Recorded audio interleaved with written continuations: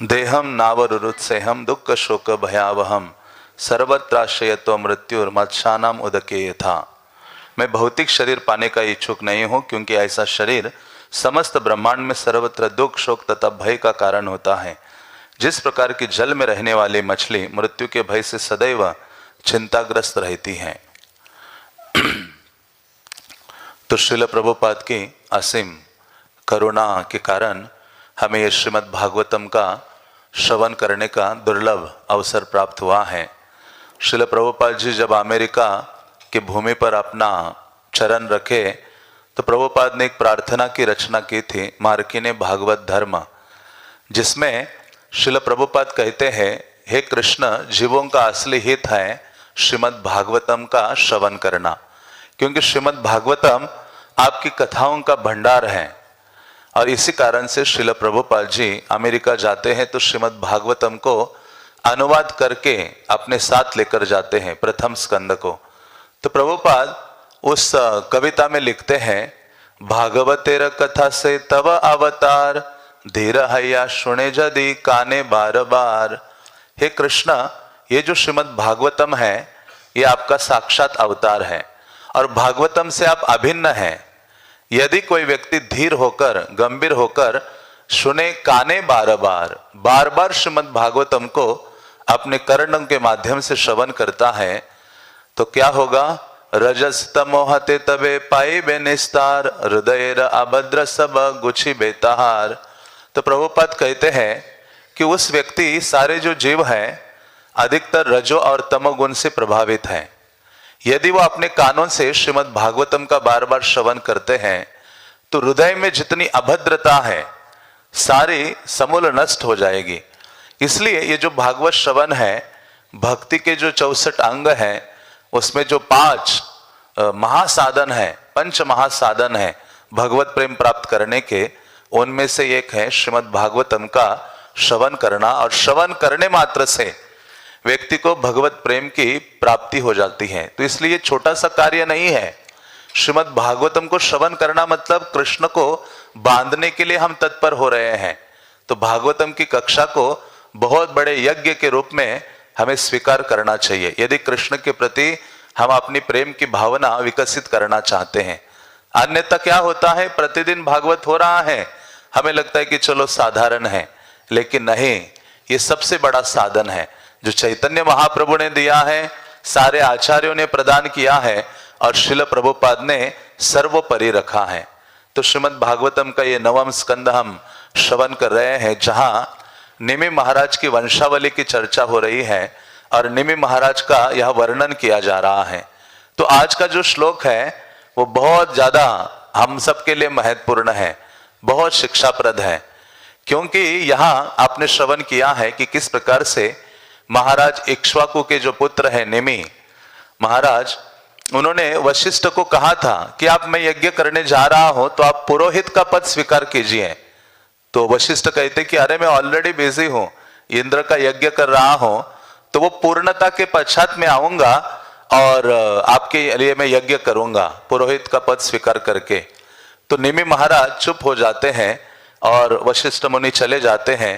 तो श्रीमद् भागवतम में शुकदेव गोस्वामी कहते हैं, निमि महाराज कोई साधारण राजा नहीं थे, वो आत्मवान स्वरूप सिद्ध व्यक्ति थे और उन्होंने सोचा कि ये जीवन बहुत क्षणभंगुर है, क्षणिक है। कमल दल जल जीवन टलमल। इस चाणक्य पंडित कहते हैं, शरीरम क्षण विध्वंसी कल्पांत स्थायिनो गुनः, कि ये जो शरीर है क्षण में विध्वंस होने वाला है, लेकिन कुछ ऐसा जीवन में उल्लेखनीय कार्य करोगे तो कल्पों तक आपकी जो कीर्ति है वो बनी रहती है। इसलिए ये जोर दिया जाता है कि ये जो शरीर है, प्रहलाद महाराज कहते हैं कि ये अर्थदम, ये बहुत क्षण के लिए है लेकिन बहुत बड़ा अर्थ आपको देने वाला है। और अर्थ क्या है? कृष्ण के प्रति प्रेम की भावना को देने वाला है। तो निमि महाराज ने सोचा कि ये क्षणिक जीवन है, क्षणभंगुर है, अब ये जाएंगे इंद्र का यज्ञ करेंगे, तब आएंगे मेरे लिए यज्ञ करेंगे। यज्ञ का मतलब ही है भगवान की विष्णु की प्रसन्नता के लिए किया जाने वाला सर्वोपरि जो कार्य है। तो इन्होंने सोचा कि अभी मैं रुक नहीं सकता, हाँ, मतलब कितना अर्जेंसी महसूस करते हैं आध्यात्मिक कार्यों को करने के लिए। निमि महाराज का जो चरित्र है वो हमारे लिए बहुत महत्वपूर्ण है। इस प्रसंग से तो देखा जाता है कि निमि महाराज ने इंतजार नहीं किया कि अभी मैं इंतजार करता हूं फिर बाद में करूंगा, बाद में भागवत श्रवण करूंगा, बाद में ग्रंथ पढ़ूंगा, बाद में मंगल आरती जाऊंगा, बाद में सब कुछ, ऐसे इंतजार नहीं किया। उन्होंने कहा वो नहीं आ रहे हैं तो अन्य ऋषि मुनियों को लेकर उन्होंने यज्ञ की शुरुआत की। और जब वशिष्ठ मुनि आए तो उन्होंने देखा, अरे ये कैसा मेरा शिष्य है, मेरी आज्ञा के बिना इसने तो कार्य शुरू कर दिया। तो उन्होंने वशिष्ठ मुनि ने शाप दिया कि तुम्हारा ये जो शरीर है वो नष्ट हो जाए। और निमि महाराज भी सोचे, अरे ये तो लोभी बने हुए हैं, इंद्र के यहाँ ज्यादा दक्षिणा मिलने वाली है, बड़ा कुछ पद मिलने वाला है, इसलिए वहां चले गए। तो निमि महाराज ने भी वशिष्ठ मुनि को शाप देते हैं कि आपका भी शरीर नष्ट हो जाए। तो दोनों शरीर त्याग देते हैं। और बाद में वशिष्ठ मुनि को मित्र और वरुण जो है दोनों जब उर्वशी को देखकर कामासक्त हो जाते हैं तो बाद में उनको वो शरीर प्राप्त होता है। और जब ये निमि महाराज ने शरीर छोड़ा, यज्ञ चल रहा था, तो जो ऋषि मुनि यज्ञ कर रहे थे उन्होंने निमि महाराज का शरीर संरक्षित रखा और शरीर को रखा संरक्षित। और सारे मुनिगण प्रार्थना करने लगे देवताओं से कि हे देवतागण आप क्या कीजिए, निमि महाराज को जीवित कीजिए। तो देवतागण सारे तैयार हो गए। निमि महाराज का जो मृतदेह वहां पड़ा था उनको जीवित करने के लिए। लेकिन तुरंत निमि महाराज कहते हैं कि मुझे ये जो भौतिक शरीर है उसमें बंद नहीं होना है, उसमें नहीं जाना है, बल्कि जो योगी है, मायावादी गण है, भौतिक शरीर को धारण करने से मुक्ति चाहते हैं, लेकिन फिर भी उस शरीर को त्याग करने में वो भयभीत रहते हैं। लेकिन वहां शुकदेव गोस्वामी कहते हैं भक्तगण भयभीत नहीं होते। क्यों? हरि मेधसा, भक्तों का जो मति है वो भगवान में सदैव लगी रहती है। तो आज के इस श्लोक में निमि महाराज कहते हैं कि मैं ये भौतिक शरीर स्वीकार करने के लिए इच्छुक नहीं हूं। क्यों इच्छुक नहीं हूं? तो निमि महाराज कहते दुख शोक भयावह, ये जो शरीर है अंततः व्यक्ति को दुख देता है, शोक देता है और भयावह ये शरीर है। पूरे ब्रह्मांड में जहां तहां जाए ये शरीर जिसने भी धारण किया है वो सदैव मृत्यु के भय से भयभीत रहता है। इसलिए इस श्लोक में वो कहते हैं जैसे मछली जल में होती है लेकिन सदैव मृत्यु का भय उससे लगा रहता है, और उसी प्रकार से हम जो जीव इस भौतिक संसार में हैं हम सदैव मृत्यु के भय से चिंतित हैं। तो प्रभुपाद जी तात्पर्य में हमने पढ़ा कि प्रभुपाद ने कहा आप इस संसार में, पूरे ब्रह्मांड में, त्रिभुवन में जहां भी चले जाओ आपकी मृत्यु निश्चित है, मृत्यु से बचा नहीं जा सकता। इसी कारण से प्रभुपाद जी दो चीजें इस तात्पर्य में कहते हैं, मृत्यु कितनी अटल सत्य है उसके ऊपर जोर देते हैं। और इस संसार में हम बने रहना चाहते हैं तो अंततः हमें सड़ना होगा और कुछ नहीं, और नाना प्रकार के जो कष्ट है उनको झेलना पड़ेगा। तो इस प्रकार से हम देखते हैं कि ये जो मृत्यु है ना, हम इतने निठल्ले हैं और ये भौतिक माया का इतना अधिक प्रभाव है कि इस मृत्यु को हर क्षण हम देख रहे हैं। प्रतिदिन कितनी चींटी सामने होती है उसके ऊपर हमारा पाव पड़ता है, कितनी चींटियों को मरते हुए देखते हैं, मच्छरों को तो खुद मारने में लगे रहते हैं, और जहां तहां कितने सारे लोग मर रहे हैं, पड़ोसी है, मित्रगण है, बांधवगण है, देशवासी है, परदेशी है, सब मृत्यु के इसमें जा रहे हैं, मुंह में जा रहे हैं। लेकिन हम सोचते हैं कि मृत्यु मेरे लिए नहीं है, मतलब वो कन्विक्शन अभी नहीं है अंदर कि मैं मरने वाला हूं। वो होता ना तो ये जो भगवत भक्ति का जो स्पीड है ना हजारों गुना बढ़ जाता। अभी बिल्कुल हमारे हृदय में वो कन्विक्शन भावना नहीं है कि मैं मरने वाला हूं। और मृत्यु क्या है? यह हमारा आखिरी ये कॉल आने वाला है, हम सबको आखिरी कॉल है, जीवन का अंतिम बुलावा है ये जो मृत्यु है। इसलिए श्रील प्रभुपाद जी बहुत सारे उदाहरण और बहुत सारी शिक्षा अपने कई सारे तात्पर्यों में प्रस्तुत करते हैं। बल्कि भागवतम में कहते हैं नृणाम यन्म्रियमाणानाम, ये जो मनुष्य है वो केवल मरने के लिए बना है, किसी अन्य चीज के लिए हम यहां आए हैं। हमने जन्म लिया है, केवल मरने के लिए जन्म लिया है। बल्कि इस्कॉन में जब प्रवचन होते हैं तो अधिकतर तीन विषयों को बहुत जोर शोर से बोला जाता है और बारंबार बोला जाता है। एक विषय क्या होता है? मृत्यु। दूसरा होता है काम। तीसरा होता है हरि नाम। तो ये कोई भी प्रवचन हो तो हम ये तीन विषयों को बारंबार लाते हैं, क्योंकि जीव इससे कर्म काम आदि से बंधित हुआ है और वो भौतिक सुख की आशा लेके बैठा है और वो अपने सामने खड़ी मृत्यु को देखना भूल जाता है और हरि नाम का बहुत गंभीर रूप से आश्रय स्वीकार नहीं करता है। तो जो भौतिकतावादी लोग होते हैं, जब मृत्यु की बातें करते हैं तो उनके हृदय कांपने लगता है, भय से व्याकुल होता है। क्यों? क्योंकि इतनी सारी आसक्तियां हैं। मृत्यु का मतलब आसक्तियों को वो छोड़ने के लिए तैयार नहीं होते। वो कहते नहीं नहीं ऐसी बातें मत करो मृत्यु की, थोड़ी शुभ शुभ बातें करो। लेकिन वास्तव में ये कठोर सत्य है। श्रील प्रभुपाद जी एक जगह कहते हैं कि एज श्योर एज डेथ। अब बाकी श्योर है या नहीं है, लेकिन मृत्यु क्या है? निश्चित है। प्रभुपाद कहते हैं जो भी साधक है उसको इस मृत्यु के बारे में जानना चाहिए विशद रूप से। By understanding death one may surrender to lord Krishna in advance. Prabhupada कहते हैं कि मृत्यु के बारे में समझने से एडवांस में, मतलब पहले से ही आप भगवान की शरण स्वीकार कर लेते हो। यदि आप मृत्यु के वास्तविक सत्य को जानते हो, अवगत होते हो। इस कारण से ये सारे जो कार्यकलाप है वो भगवान को शरण ग्रहण करने के लिए है। इस जितने दुख ताप आदि कष्ट है वो बारंबार हमें याद दिलाते हैं कि कृष्ण के शरणागत हो जाओ। भगवत गीता में इस मृत्यु की तो इतनी चर्चा भगवान ने की है। इसी कारण से अर्जुन को कहते हैं मुझे पहले देखने का प्रयास मत करो, पहले ये 4 कष्टों को देखो। जन्म मृत्यु जरा व्याधि दुख दोषानुदर्शनम। अरे इनका दर्शन करो पहले। तुम्हें आध्यात्मिक जीवन में अग्रसर होना है, तत्पर होना है, हर क्षण आगे बढ़ने की लालसा रखना है, तो ये समझ जाओ कि मैं इस संसार का प्राणी नहीं हूं।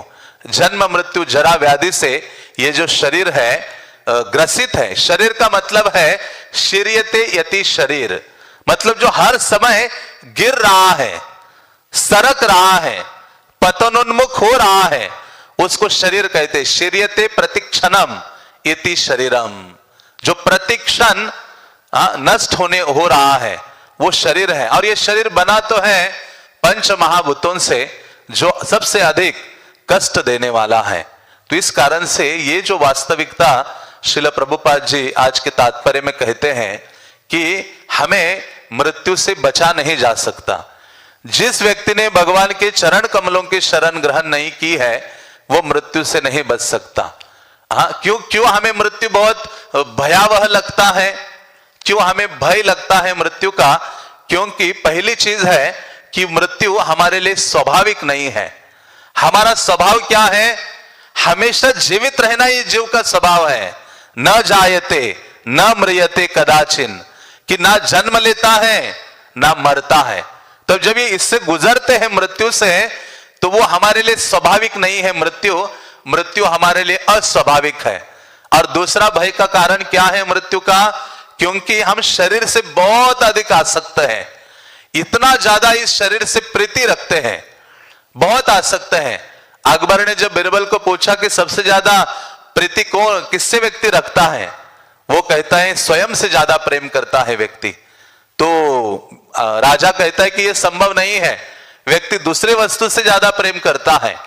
तो जो बिरबल है वो दूसरे दिन एक बड़ा सा ड्रम लेके आता है और एक बंदरी को लेके आता है वो पिल्ले के साथ। और जब पानी छोड़ ड्रम के अंदर बंदर और उसके पिल्ले को डालता है और पानी छोड़ता है उसके अंदर, जैसे जैसे जल ऊपर आ रहा था, जल का स्तर, तो जो बंदरियां हैं अपने उस पिल्ले को छाती में ले रही थी।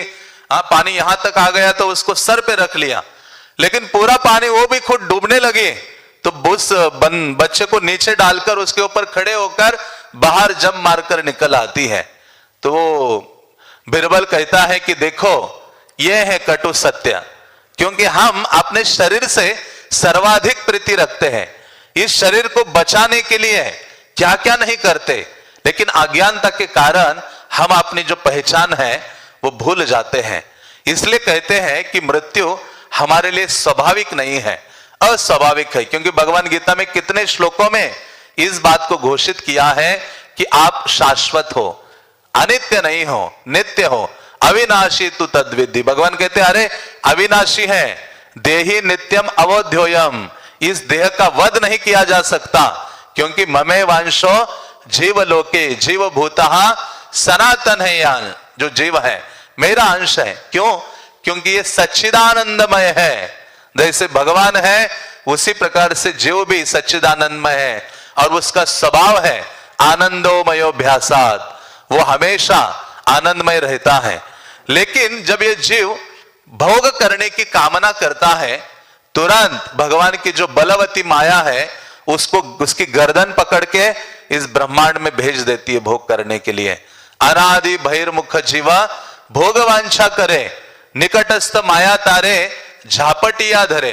जैसे बिल्ली किसी चूहे को पकड़ लेती है झपट कर, उसी प्रकार से जिस क्षण हमारे हृदय में भगवान के अतिरिक्त भोग करने की कामना उदित होती है, तो भौतिक जो बलवती माया है वो जीव को पकड़ लेती है और भोग करने के लिए भगवान से अलग होकर सुखी रहने का जो उसका प्रयास है उसको आगे बढ़ाने के लिए जगत में भेजती है, और जिसके कारण उसको ये शरीर धारण करना पड़ता है जो अचित है, असत है, निरानंद है।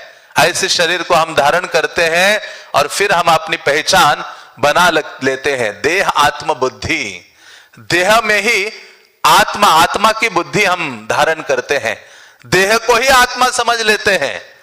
हम जो स्वाभाविक है आत्मा है उसको भूल जाते हैं, और इसी कारण से ये शरीर को त्यागना नहीं चाहते, और सबसे प्रिय वस्तु बन जाता है ये शरीर।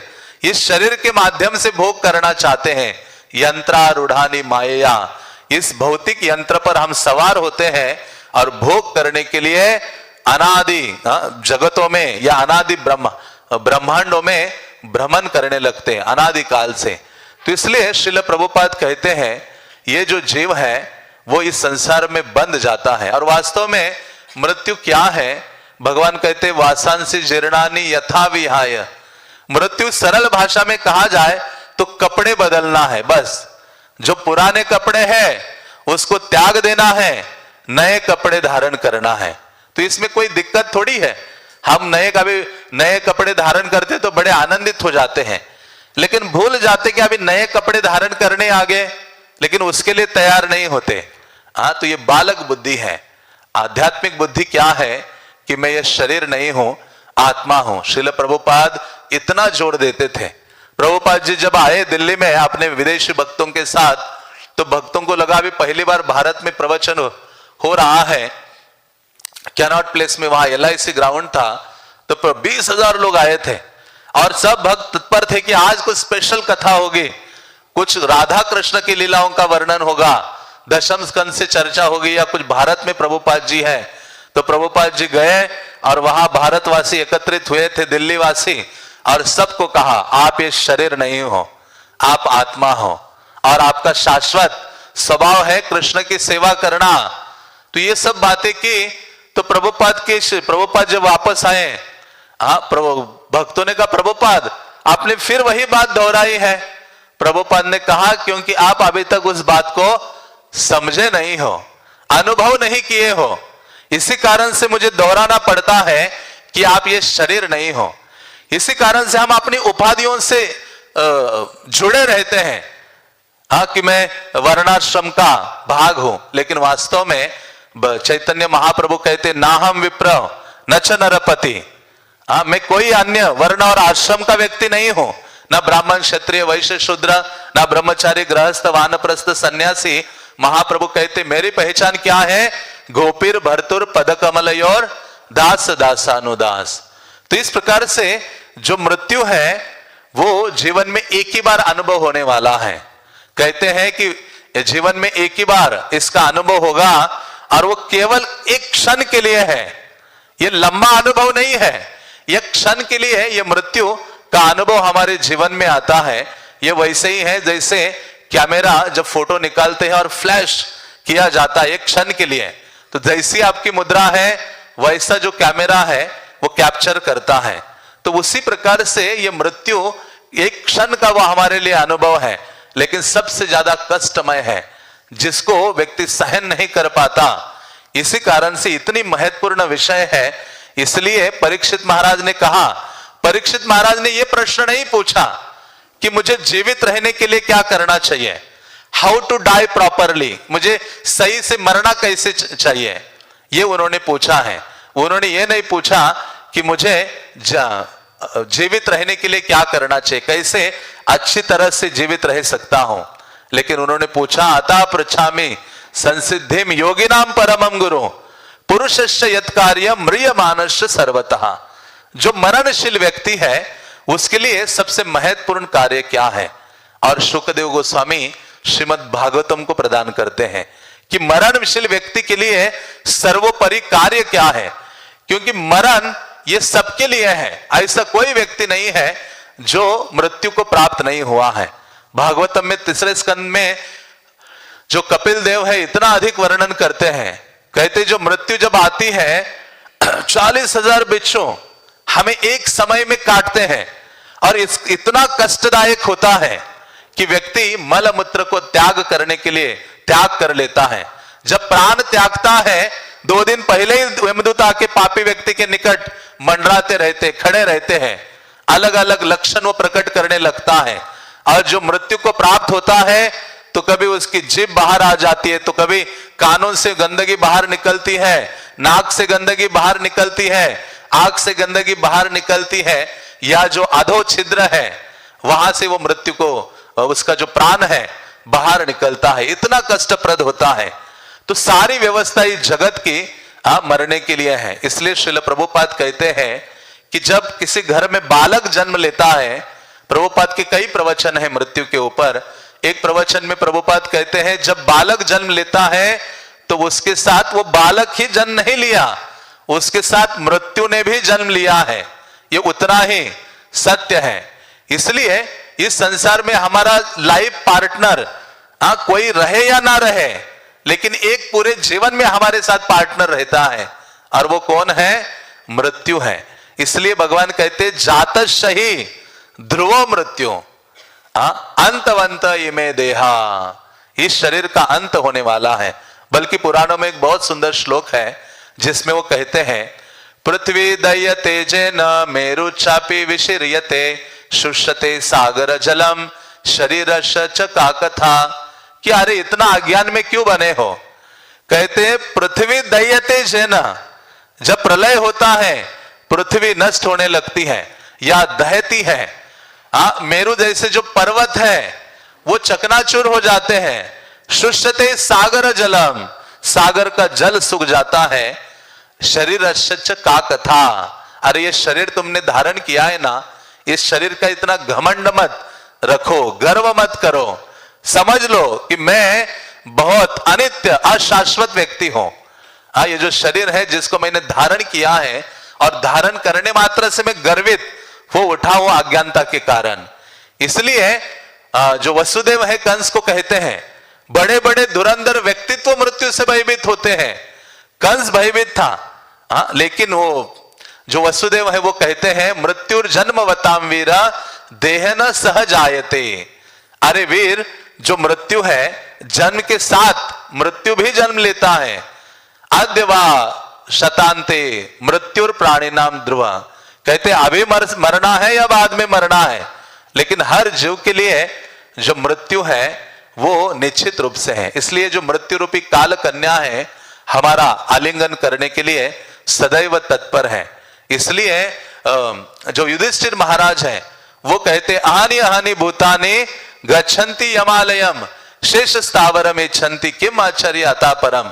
महाभारत में जब यक्ष ने कई सारे 100 प्रश्न पूछे तो उसमें यह भी पूछा किम आश्चर्य, धर्म क्या है, किम आश्चर्य, आश्चर्य क्या है?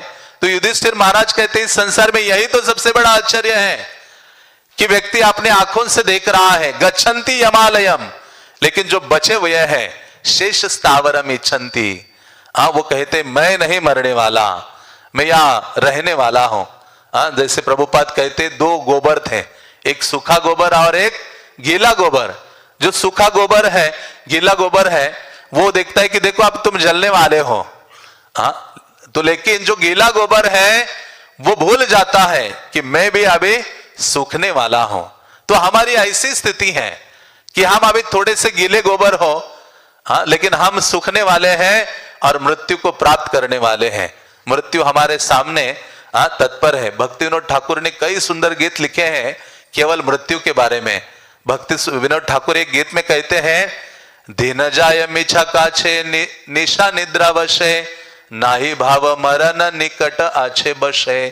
वो कहते अरे व्यक्ति, तुम अपना जो दिन है भौतिक कार्यों में गवा रहे हो और अपनी जो रात्रि है निद्रा में गवा रहे हो, लेकिन निकट जो बैठा हुआ मृत्यु है ना उसको नहीं देख रहे हो। भालमंद खाई हेरी परि चिंताहीन, नाही बावी ये देहो छाड़ी बको न दीन। और अच्छा सब कुछ खाने में पहनने में लगे पड़े हो, लेकिन ये देख नहीं पा रहे हो कि शरीर को तुम छोड़ने वाले हो एक दिन। स्मशाने शरीर मम पड़िया रहिबे, विहंग पतंग खाय विहार करिबे। कुकुर शुगाल सब आनंदित है, महोत्सव करिबे हमारे देहो लाए। वो कहते कि ये शरीर अंततः स्मशान में जाने वाला है, और जो कुकुर है, शुगाल आदि है, कीट पतंग आदि है, इस शरीर का भोजन करने वाले हैं। वो आनंदित हो जाएंगे, महोत्सव करेंगे, और मैं मूर्ख व्यक्ति, अज्ञानी व्यक्ति इस शरीर को अपना मानकर बैठा हूं और अपने जीवन की जो वास्तविकता है उसको भूल गया हूं। इसलिए भक्ति विनोद ठाकुर जो गोपीनाथ गीत है उसमें गोपीनाथ को ऐसे हाथ जोड़कर प्रार्थना करते हैं। वो कहते हे गोपीनाथ, आर नाही सहे जन्म मरण माला। हे गोपीनाथ, अभी मैं जन्म मरण की ये जो माला है ना, ये मुझसे सहा नहीं जा रहा है, ये बहुत कष्टमय है। इसलिए जीवित रहने की जो आशा है ना वो कभी खत्म नहीं होती। शास्त्र कहते जिरियंती जिरियतः केशा, जीवित रहते हुए केश आपके नष्ट हो जाते हैं। दंता जिरियंती जिरियतः, जीवित रहते हुए आपके दांत भी निकल कर गिर जाते हैं। दो आशा जीवन के अंत तक बनी रहती है, धनाशा जीवित आशा, जिरियो तोपी न जिरियतः। ये जो दोनों आशा है, जीवित रहने की आशा और धन प्राप्ति की आशा, यह हमेशा बनी रहती है, यह आसक्ति बनी रहती है जीवित रहने के लिए। इसलिए जो जीव के लिए जो मृत्यु है ना, कपिल देव कहते हैं आसक्ति ही एक जीव के लिए मृत्यु है। शरीर का मृत्यु तो है ही, लेकिन उससे पहले जो सांसारिक आसक्ति है वो हम सबके लिए कपिल देव कहते हैं मृत्यु है। जो सांसारिक आसक्ति हम बने रखते हैं, इसलिए यह जीवित रहने के लिए सदैव हम कामना करते हैं। परम पूज्य राधा गोविंद महाराज अपने एक प्रवचन में कह रहे थे कि एक बुढ़िया थी, वो कह रही थी अभी कब भगवान मुझे उठा के ले जाए, अभी उठा नहीं जा रहा है, चला नहीं जा रहा है, शरीर बहुत कष्ट दे रहा है। तो भक्त नजदीक से गुजर रहे थे, किसी ने कहा ये जो इधर इलेक्ट्रिक तार पड़ी है ना, जाओ उसको हाथ लगाओ, जल्दी चली जाओगी। तो उसको गाली देने लगती है, चिल्लाती है। मतलब व्यक्ति बाहरी रूप से बोल सकता है, शरीर में नाना प्रकार के कष्ट हो भी तो उसमें सड़ने के लिए तैयार है, लेकिन मरने के लिए तैयार नहीं है। कोई मृत्यु का आलिंगन करने के लिए तैयार नहीं है। लेकिन भक्ति सिद्धांत महाराज कहते हैं बुद्धिमान व्यक्ति मृत्यु को हर क्षण अपने सामने रखता है, हर क्षण रखता है, ताकि आध्यात्मिक जीवन में तीव्रता आ जाती है मृत्यु को हर क्षण सामने रखने के लिए। इसलिए भागवतम का हम बार बार अध्ययन करते सुनते हैं, शास्त्रों को पढ़ते हैं, ये बारंबार हमें याद दिलाता है कि आप ये जो मृत्यु है अटल सत्य है और आप इस जगत में रहने के लिए नहीं बने हो। हजारों आपसे बलवान व्यक्तियों ने प्रयास किया है इस जगत में बने रहने के लिए। हिरण्यकश्यप से ज्यादा बलवान है क्या हम? कंस से ज्यादा बलवान है। कंस ने इतना प्रयास किया, जितना मृत्यु को रोकने के लिए प्रयास करता है वो मृत्यु जल्दी आ जाता है। कंस ने कहा फटाफट मार देता हूं, देखा जल्दी कृष्ण अपीयर हो गए और उनके वध का कारण बने। और उसी प्रकार से जो हिरण्यकशिपु है, अपनी मति, बुद्धि, बल आदि सब लगा देता है केवल एक चीज को रोकने के लिए, जो इतना बलवान, क्योंकि इनको रोक नहीं सकते आप। मृत्यु कौन है? भगवान कहते कालोस्मि लोक क्षयकृत प्रवृद्धो, एक क्षय करने के लिए आया हूं मैं काल। मृत्यु सर्व हरस्याहम, मृत्यु के रूप में मैं आता हूं और आपके पास जो भी है सबका हरण करता हूं, आपकी आसक्तियों का। तो जो हिरण्यकशिपु है वो उसका तो वो ज्वलंत उदाहरण है हमारे सामने।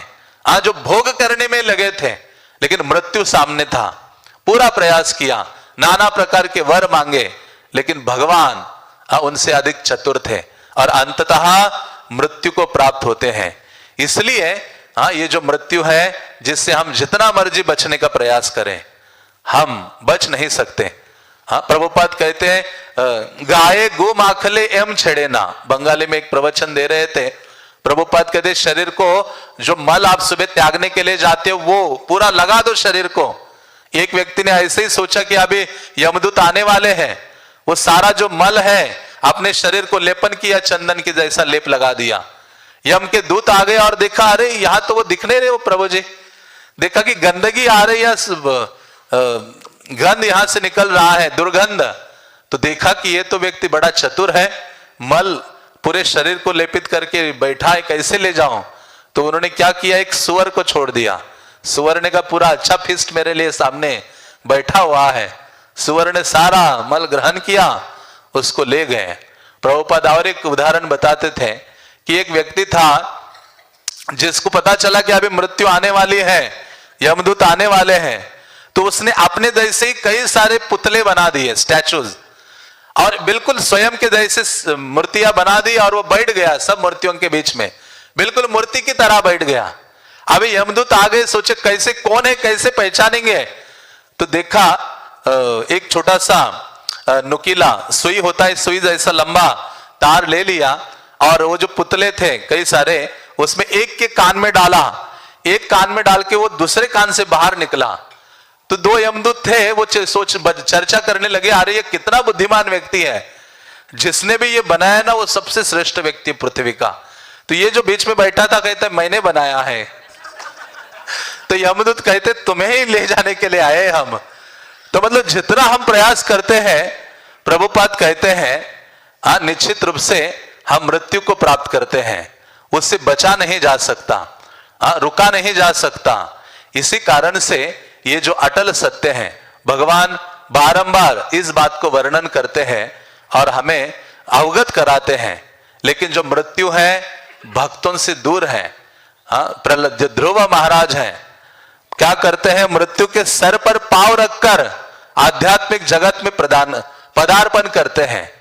जो इसलिए जो भक्त है मृत्यु से भयभीत नहीं होता, क्योंकि वो जानता है जैसे नारियल सूख जाता है तो अपना जो अंदर की गरी है उससे वो अलग हो जाता है। उसी प्रकार से जो स्वरूप सिद्ध व्यक्ति है वो ये जो शारीरिक बुद्धि है, देहात्म भाव है, भजन करते करते उससे अलग हो जाता है। श्रील प्रभुपाद को देखते हैं, वो देहात्म बुद्धि से परे थे।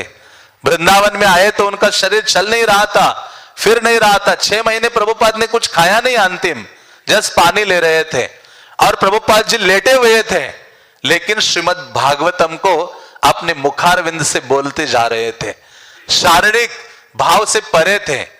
तो ये जो स्थिति है एक व्यक्ति भक्त प्राप्त करता है जब वो भगवान के भजन में पकने लगता है, भगवान के शरणागत हो जाता है, उनके नाम आदि का आश्रय लेता है।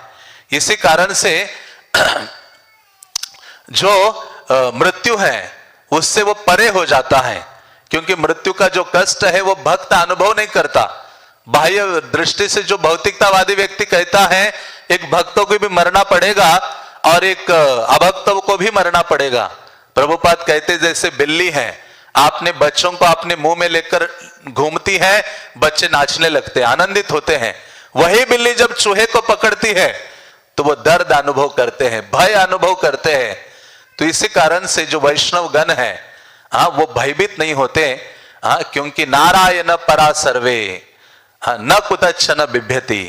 नारायण परायण है, भगवान के प्रति इतनी अधिक आसक्ति है जिनके कारण वह सरलता से इस मृत्यु से परे हो जाते हैं। इसलिए प्रभुपाद अपने प्रवचनों में, अपने तात्पर्यों में बारंबार इस बात को दोहराते हैं कि हमें पूरा अपना प्रयास करना चाहिए इस मृत्यु पर विजय प्राप्त करने के लिए। मुकुंदमाला स्तोत्र में राजा कुलशेखर इस मृत्यु की भी एक मृत्यु है, वो बोलते इस मृत्यु को भी मरणशील करना है, मारना है। तो एक श्लोक में वो बोलते हैं, बहुत सुंदर वो बताते हैं। उससे पहले वो एक श्लोक में कहते हैं, इदम शरीरम परिणाम पेशलम पतति अवशम शत संधि जर्जरम किम औषधम पृच्छसि मूढ़ दुर्मते निरामयम कृष्ण रसायनम पिबम। वो कहते अरे मूर्ख दुर्मति व्यक्ति, इदम शरीरम परिणाम पेशलम, ये शरीर तो नष्ट होने वाला है। पतति अवशम शत संधि जर्जरम, ये पतन होने वाला है, इस शरीर का गिरने वाला है। हजारों हजारों जो जॉइंट्स हैं वो कष्ट देने वाले हैं। किम औषधम पृच्छसि मूढ़मते, अरे मूर्ख व्यक्ति इसके लिए औषध पूछ